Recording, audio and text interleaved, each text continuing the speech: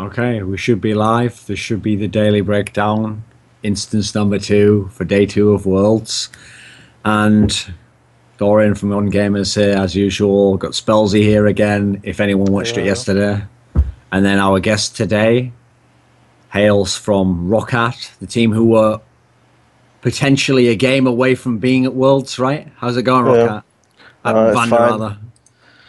rather. Being on the place of SK would be hard, so at least we have some time off now. But yeah, would be nice to be there. Was close. So today's games, when we came in from yesterday there was some exciting results, like Starhorn Royal Club stomped TSM. We had obviously all the problems that SK experienced. Coming into today, Vander, what was your experience? Like, what were you hoping to see? What would have made it interesting for you in today's games? Did you have anything in mind coming into the day? Well, so my biggest expectations were for SK. I was like curious how they're gonna play, what they're gonna do, and how Gilius will fit the team. And I have to say they didn't play that bad actually. Uh, Unfortunately, I think their bot lane didn't show up in those games, and Jesse actually could play a bit better too. But Freddy played really good today, and uh, sadly they lost both games, and I don't think they have any chance now to advance. Maybe with the Svenska Karen will be a bit different. And I also was wanted to see how is gonna play today, and he showed a really good performance. So let's start with that Yeah, first game then, the TPA versus SK match. Like you say, actually both of SK's games today, they potentially, even with the sub, had the chance to win. In the TPA game, I think this was like the really the closest to win it. It Yeah. looked as though SK was going to win it a while, like there was a point where they had, listen, everyone, all the bronze fans, Vander, where they just know, they've heard people saying off, oh, Tristana wins every game. So they now know, right, if you have Tristana, you're probably going to win. They saw, oh, you've got a late game Mondo, you've got Tristana that's like doing pretty well. You've got everything. And everyone's like, oh, no, it's 100% they're going to win. So how do you think they lost the game overall? Well, so I think the two biggest turning points were the first Baron fight. I mean, the first Baron SK just took for free, kinda, and second Baron they were doing it while after the Janna kill, right? So they were 5 versus 4, and Unrated did a really weird thing for me. Like he flashed in TPA, he wanted to crescendo them. The Bebe dodged it really nice with the E, and he caught only Rise for like 1 second, and then TPA had a really good chance to just go into the SK team, and they iced them, I believe. And Yeah. second yeah, turning point, like Yeah. after this, SK still had advantage, but then then SK started Baron again. TPA pushed them off of it, and they had push on the mid lane. So SK had no wards. Sorry, TPA had no wards, and they just went for mid push, and SK tried to recall, but TPA, even without wards, they like expected them to back, and they rushed the Nashor, so they just got Nashor for free, and then they just took mid in heap, and Rice got Jesse stop, and this kind of lost them the game, because like he was 50 seconds death timer, and they could TPA could take second inhibitor of the game, and yeah. They So if we just talk about finished. that first yeah, instance, then the one where it was the Baron fight where Mhm. Enrated went for the flash crescendo, but like you say, Bebe just like sidestepped at the last second. In that scenario, like Monty had a pretty good breakdown on the show where he basically said like it was unnecessary to flash there. Actually, Yeah. you just like stay off and then you wait till they come into you, then you crescendo them, and then the idea is it gives more time for the Baron, or it gives you time to turn and kill them all. And so it sounded. I wonder if people at home, they might just think, oh, so it was totally the wrong move. It's pretty famous when you used to play the old Sona. That's what you did with Sona. You did the flash crescendo right into them. If you look back now, is that just a move where at the end you can see because of all the parts that it was the wrong way? When it happened at the time, did it really look like, oh, this might be a misstep when he did it? Well, I think he really rushed his decision, and he should just wait until TPA comes into the close to the Nashor pit.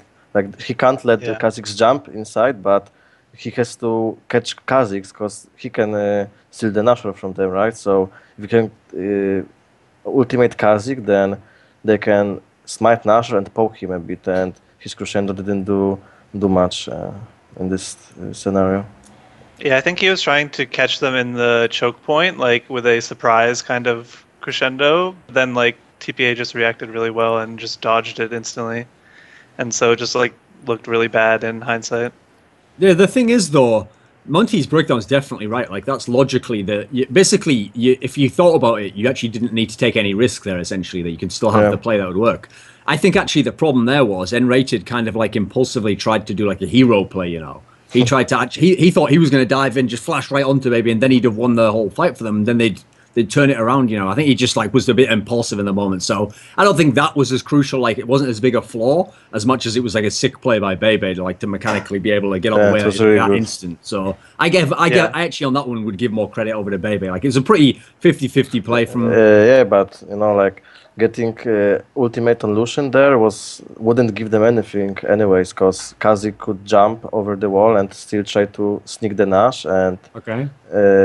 no one could damage the Lucian, so there was no reason to flash there. I think he just rushed too fast. He should So- just wait when Kha'Zix comes close. The other moment you mentioned where basically the game wasn't at all decided. Both armies are just moving around, and then SK like starts up the Nasher, and then they get too low health, so they're like, right, we'll Yeah. just go back to base because we think that TPA is rushing up. So TPA gets back and gets the Baron for free. So basically they just got totally out rotated.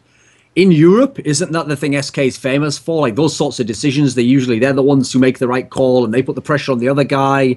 And did it shock you to see them get upset like that? Yeah, it was a really good call from TPA, and the guy who did it was genius because they didn't even have ward near the Nashor, so someone just like expected them to back because it was what should they do, right, to defend the inhibitor, but they knew they can't push the inhib 5v5, so going Nash was really perfect call there. Spellsy, just honest reaction. Like the stigma on Reddit for people who haven't watched much Asian League of Legends is like, okay, Koreans are amazing. Yeah, we all agree. But if they ever think about Chinese League of Legends, even they always say, oh, it's so sloppy and they don't understand objective-based play. Did it surprise you that TPA could like pull off a little move like that? Yeah, no, I mean, I think it was definitely surprising compared to their day one where they kind of froze macro strategy. Yeah, they were the ones against, who were making the decisive call, sure. Yeah. I think either they stepped it up or got a little bit lucky there, but I think either way it was like really decisive and really good. I think like when I watched that, I like kind of face palmed at SK because they got outplayed really hard there. I think that you have to give some credit there to I think they mentioned on the broadcast that an old guy who used to be a coach at the Najin teams in Korea actually now works with TPA. That's the sort of scenario. It's a bit like when Monty used to work with CLG, and CLG was actually on top of LTSNA for a while. I always used to say, to me, the difference was obvious, because you remember the old disorganized CLG, and then you remember the one that was winning games then. You could see like where there was like an element of like they're winning by clockwork, and they've got this set pattern, and they understand some kind of conditions now. So the only problem for TPA is that this game, combined with them almost beating Royal Club for a while, made people believe in TPA, Spellsy. Yeah, everyone jumped on that bandwagon and they wanted to tell me like, oh, TPA is going to come second, man. They're going to win this group, all this crazy stuff like that, right? After seeing the game they had against TSM, do you still believe they can get out? No, I don't think so. I mean, what really made me I had a higher opinion of SK this day because they, like you said, almost won both of their games, and so maybe with Svenskeren they would have actually won. But for TPA, I think that the hype, because there was also like before the Worlds, everybody was saying like, oh, they've been winning scrims and they're actually a team to watch out for, and I think now the hype's dead on TPA. They're gonna be 4th place. Well, What do I you think, think against TSM they did some really weird things for me, like they lane swapped the Leona and Janna, and Lulu like I think Lulu kinda needs the early game advantage over the Rumble, and Leona actually doesn't do that bad early game against like many people think like Leona is bad level 1 support, but actually you can E all the minions, your AD can uh, push them fast, and you have the relic shield procs, right? So like melee supports are not that bad level 1, like many people think, and uh, they wouldn't get pushed and like poked hard level 1 on bot lane, and I believe that's why they swapped, right? Because Lulu should get advantage early game over the Rumble. And I think they they had good team comp, like really aggressive one with a lot of dives, right? But on the other hand, TSM had poke comp and siege comp with Zeraf, Kog, Janna, Lee Sin. They have a lot of disengage, the Rumble ult. So I think like who got the advantage early game would win this game, because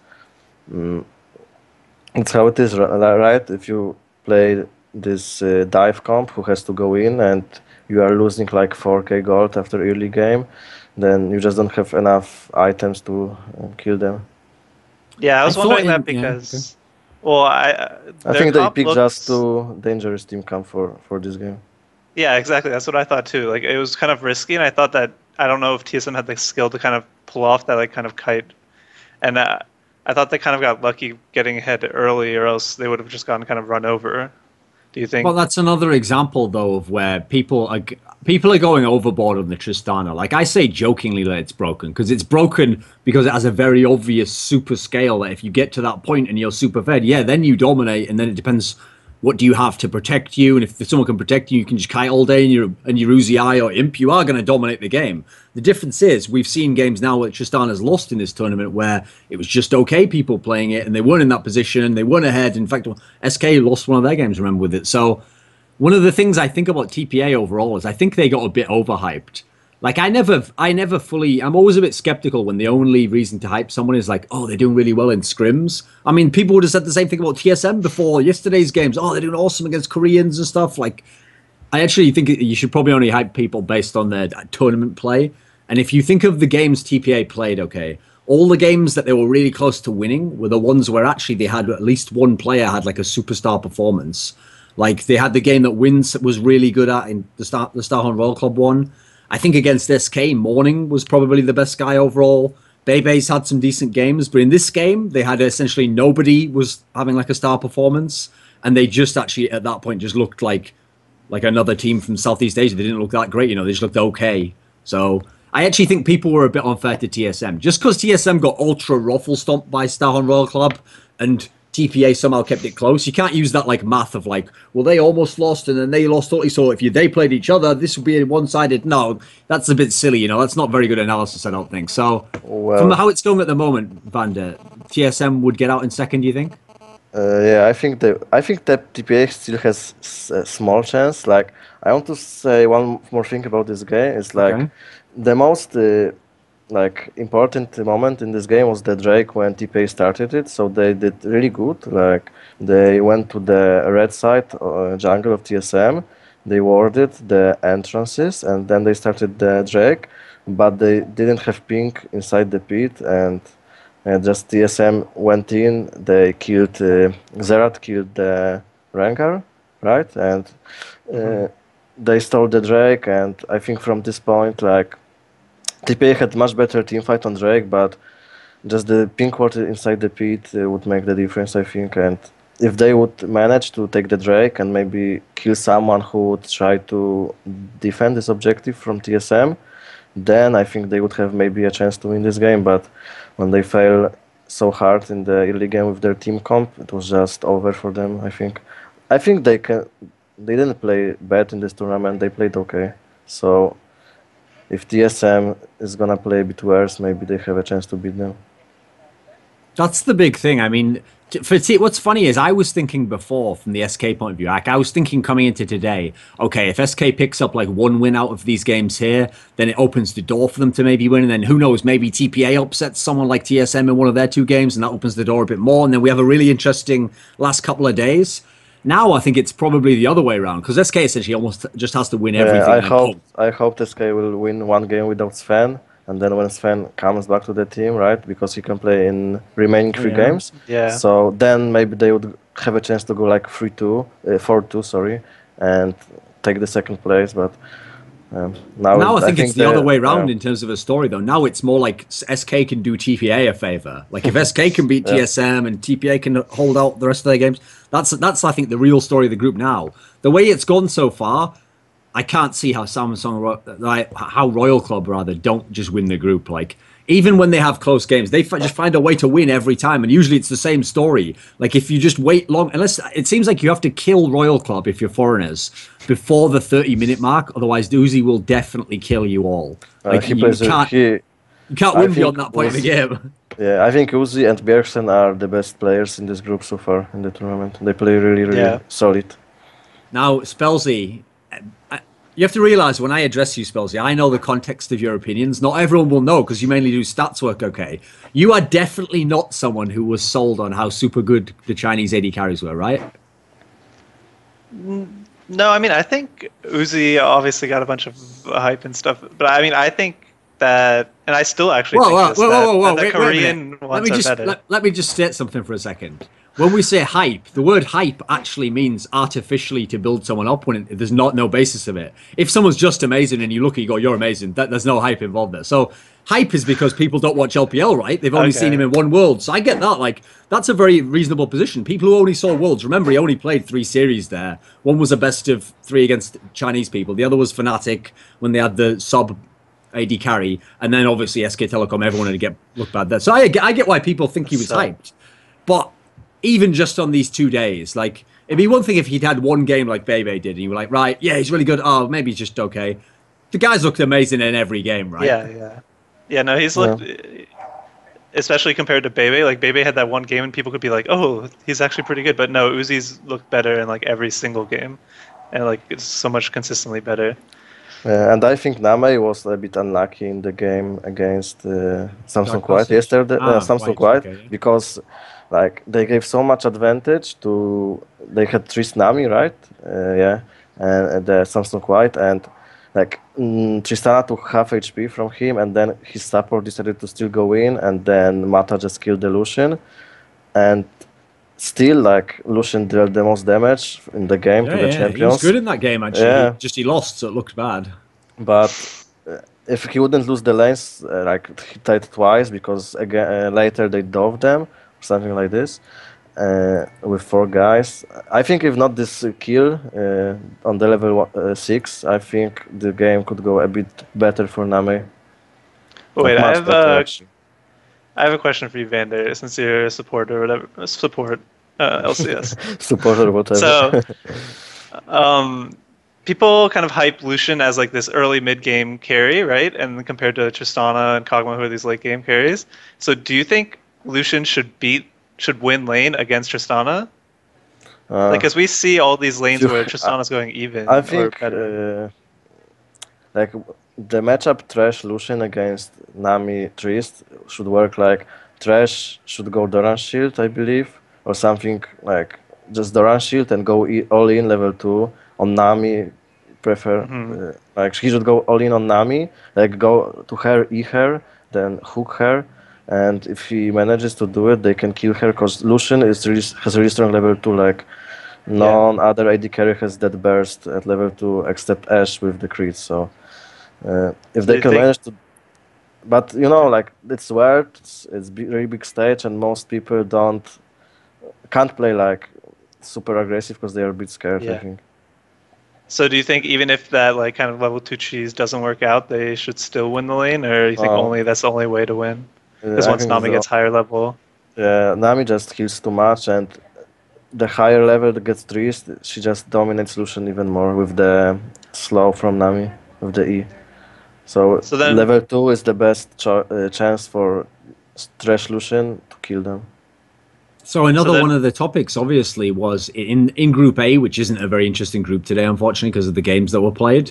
It was just domination. One of the other topics was, as well as Uzi, the big name was Name coming in, because even though Name is actually probably the most accomplished Chinese AD carry ever, up there with Wei Zhao, we hadn't seen him at these big international tournaments. The only time he's ever played internationally was actually World Cyber Games, the one that no one cared about except like Koreans, etc. So coming into this tournament, the first game, like you're saying there, I thought he played quite well against White, but they lost, so overall it looked bad.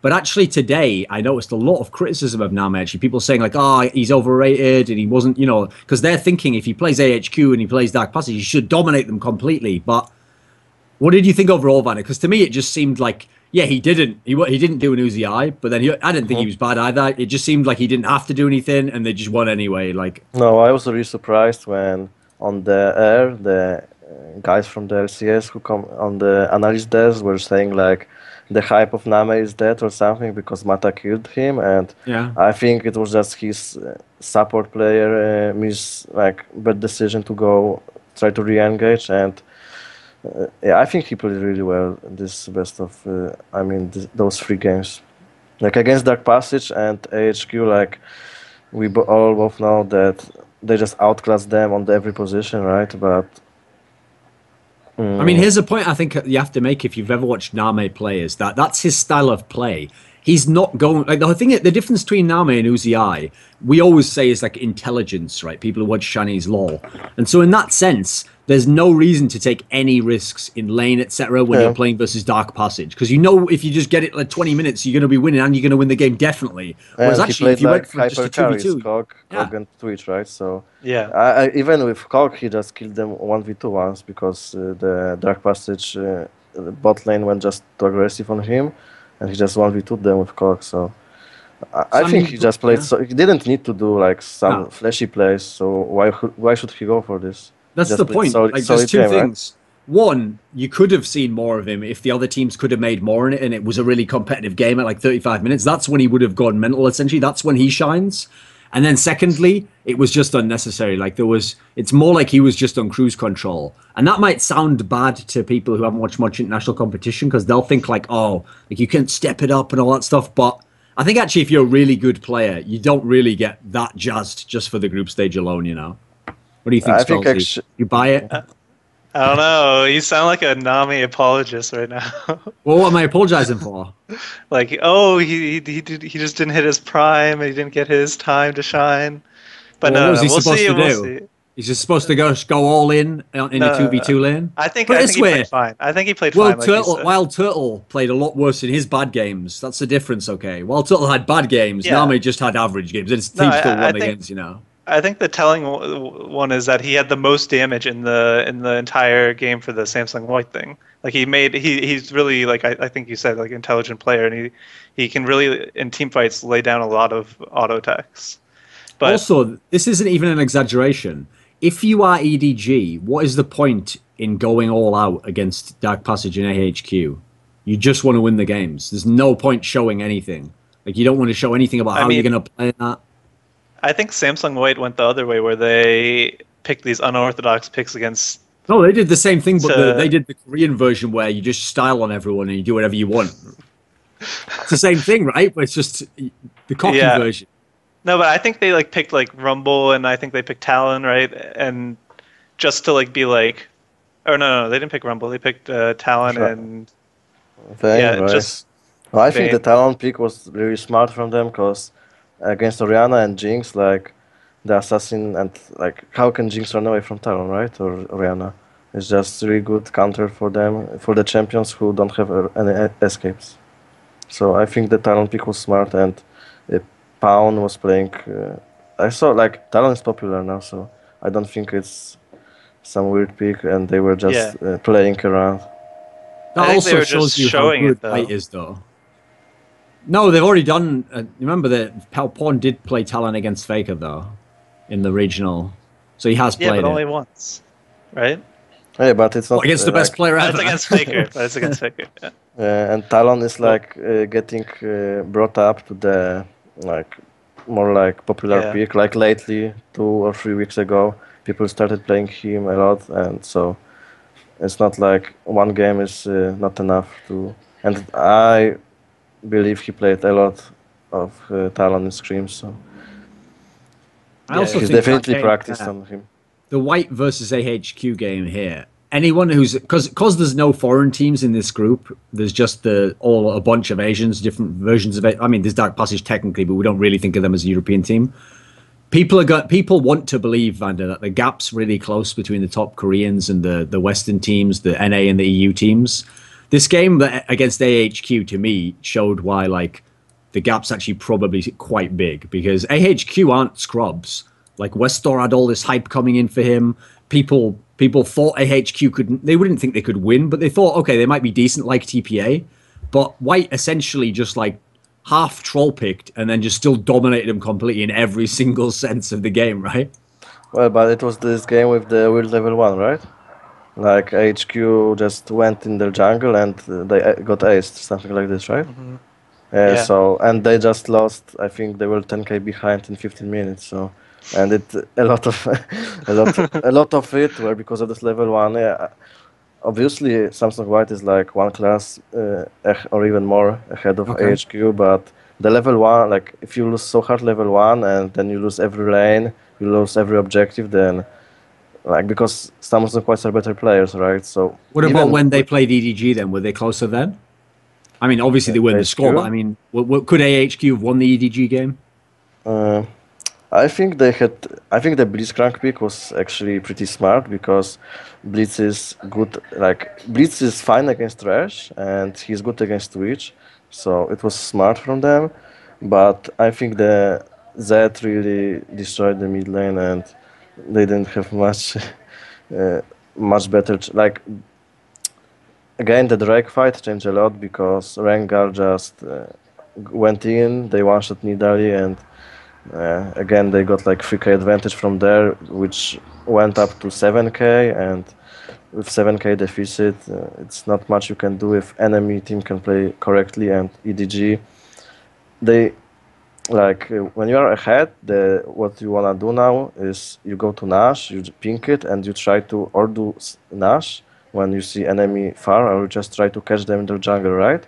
So what EDG did was they put a lot of wards, and AHQ didn't clear enough of those, and like Maokai TP'd 2 times behind their backs and just catch them with the Rengar, and it was pretty easy for them to end this game. Yeah, I think AHQ had no real chance, unfortunately. I think if AHQ is worse than TPA, and TPA I think is already going to get probably 4th in their group. Oh, they're gonna go third, I guess. Oh, maybe. Depending on SK. Yeah. Okay, I've got a question for you. This might sound like a controversial question. It's not really. Like, grow up, guys. If SK had Svenskeren, obviously you can't just look at the game and imagine it would be identical, but you just insert him and he does whatever he does.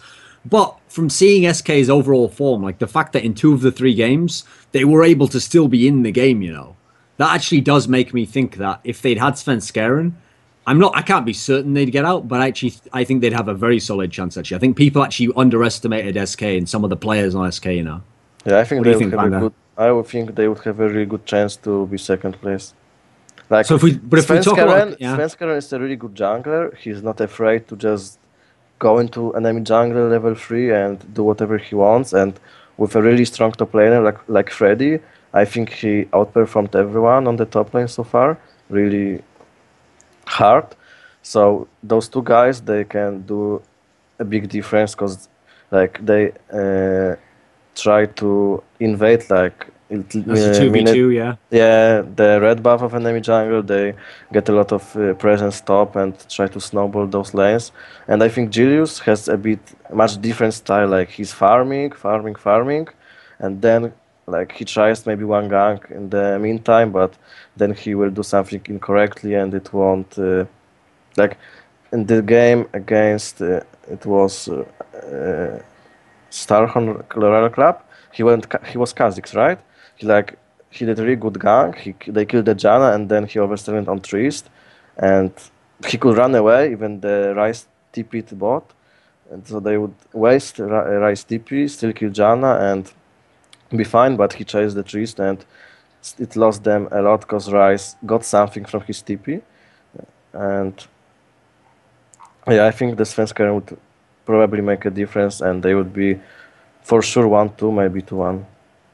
Like for me, the problem with SK was they had a problem in terms of individual performances. SK is the team I always say this about. In general, they're not a team of like star players. Like actually, Sven Skeren is one of the few on the team who him and Freddie 122 are the one who's always get compared to maybe their stars. Like maybe they're near the top of their role. You can maybe argue that one of them is the best in their role in Europe. Okay, they're in the debate, but the rest of the team actually is usually just known for just being decent, and then they win as a team. We saw in these games what gave them a chance was that they were actually, you had Freddie was doing very well, but everyone else just played as a team, all right, like doing good decisions. But actually, in terms of performances, I think both Jezis and Candy Panda to me and actually have looked quite weak in this tournament. Actually, they've looked a bit like some games they just weren't in them at all. What have you thought on individuals for SK Vander?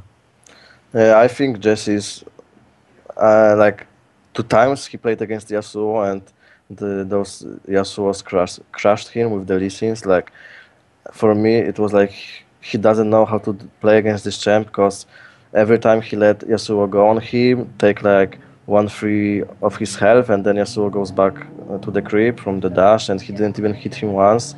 It was against Bjergsen and against one other guy, I don't remember. Yeah. So for me, it was like he doesn't know how to play against Yasuo, and the bot lane from SK, I think, actually really underperforms. Like, unrated, normally he plays better. I can't say he plays like bad, but he does some mistakes, he does some good plays, but he's just average. And Candy Panda, he doesn't. Actually, yeah, I think Candy Panda plays weak in this tournament as well. So those three underperforms, and you can't expect much from Julius, to be honest. Like, no, he's the guy from challenger scene, and he didn't play that bad. But if you wanna win, and just Freddy plays even better than I expected. And if those three maybe would step up and they would make the difference on their position, like they would win the bot lane, put pressure mid lane, or go even at least, then maybe they would have some more chance. Because Julius, I think he plays pretty good in team fights, and like from minute 15 on, let's say. But his early game, I think he should improve it, because he's just farming too much. That's what I think. He doesn't put any pressure on. So I have a question going to tomorrow. I've got a quick question for you, Vander. So a point that all the experts in China always make is that if you ever watch Royal Club play in China, even when EDG play, and EDG have a very good bot lane of their own, even EDG try to get the lane swap. They don't ever want to go directly Uzi Zero bot lane versus Name and FZZF bot lane. They always want to get the lane swap rather. No team so far has really tried that. I think TPA did actually. They did a little bit.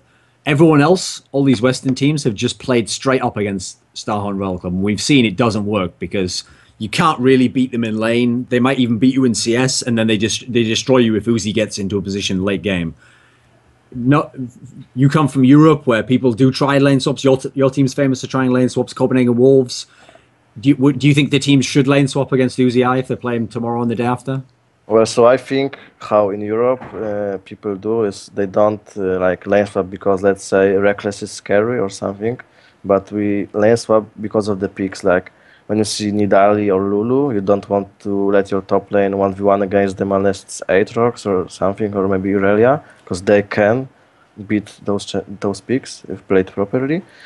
But like, okay, you have worse bot lane because they have like Nami and Lucian, for example, or Nami Trist, which is also really strong, or Nami Kog. So like Kog is hyper carry and you don't want him to farm, but with Nami he will beat you probably anyways, and if you have like Thresh or something, you can still do more plays than Nami, because for you it's easier to dive with Thresh, right? You have a bit more reliable CC. So in Europe, we try, at least my team, I don't know for others, but when I spectate them, I think they think the same way. I think we just see more how the lanes will go, the top lane and bot lane, and how our picks can be used in lane swaps and roamings around the map. I made a statement, Spellsy, where I said that when I saw these teams trying that against Uzi, like just playing them straight up, it actually made me kind of question, because I already was a bit skeptical about the bot lanes in the West at the moment. Like at the moment, we haven't got a very strong crop.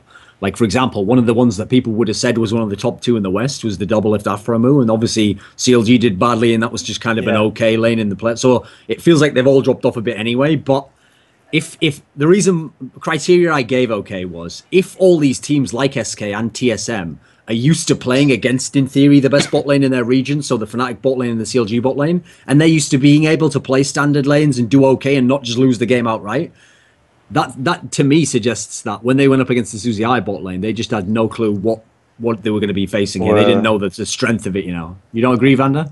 I think against Uzi, they had like Zillion and Twitch, and they had Janna Trist, right?